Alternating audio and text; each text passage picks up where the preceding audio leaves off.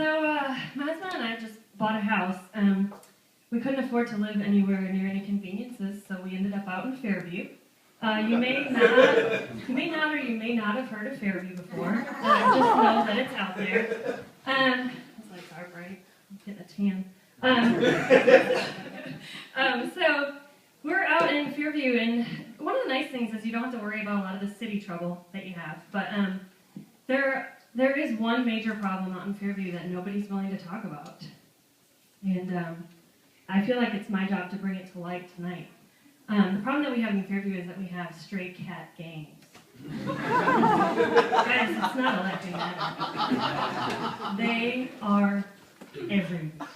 Just the other day, we're coming home from work, pulling in the driveway, and there's 10 cats sitting on our porch. It was the stray cat gangs. Just as we're getting out of the car, a gang fight breaks out. Now, I know what a gang fight looks like because I grew up right outside of Chicago and I've seen West Side Story. Okay, and it's becoming a real serious problem because we are worried that they're trying to recruit our cat. We have an indoor cat. I know it's kind of sometimes like a shameful thing to admit that you're a cat owner, but really we're just too lazy to have a dog with all the in and out and in and out and in and out in the middle of the night, all that. So we have a cat, and we know that they just jumped in the cat across the street last week, and now every time we open the door, the cat is bolting towards the door. So my husband and I, being the proactive cat parents that we are, we've come up with a plan in case our cat gets involved with the wrong crowd. It's kind of like that program Scared Straight on TV. Have you seen that show? Yeah. So we've come up with a Scared Straight plan for our cat. First, we'll take him to a high-kill shelter, where we'll make him watch the perfectly well-behaved kittens get euthanized.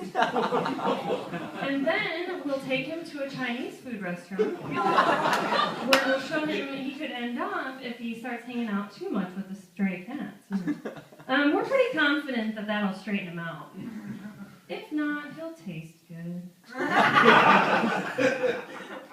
We have grown quite fond of all the cats, though, even though I joke about them. So we've decided to put a cat feeder in our front yard. It's really just a bird feeder that's hung really low to the ground. I mean, cat food's expensive, but bird food? Not so much. Now we have a really pretty feather collection.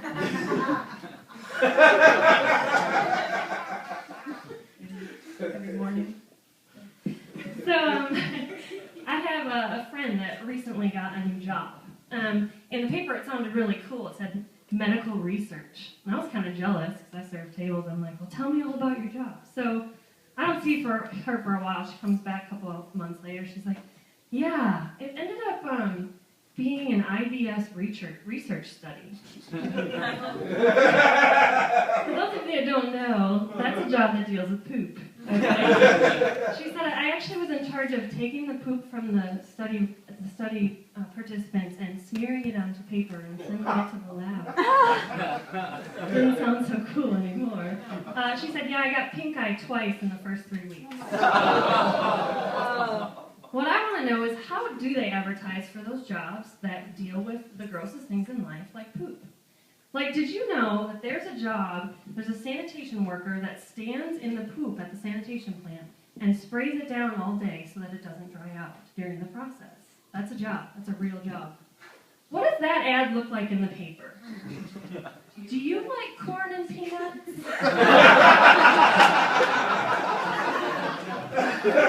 Do you look good in waiters?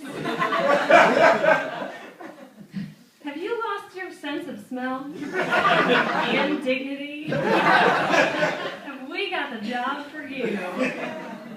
What about the people that clean out the porta potties, the porta potty sanitation workers? How does that ad look? Do you like carnivals, fairgrounds, and events? It always starts out positive, you know. Do you ever squeeze into an airplane bathroom after somebody's dropped a deuce and thought, I think I could get used to this? Have you ever unclogged your toilet with your shop vac and enjoyed it? Have we got the job for you? Thanks, folks. That's my time.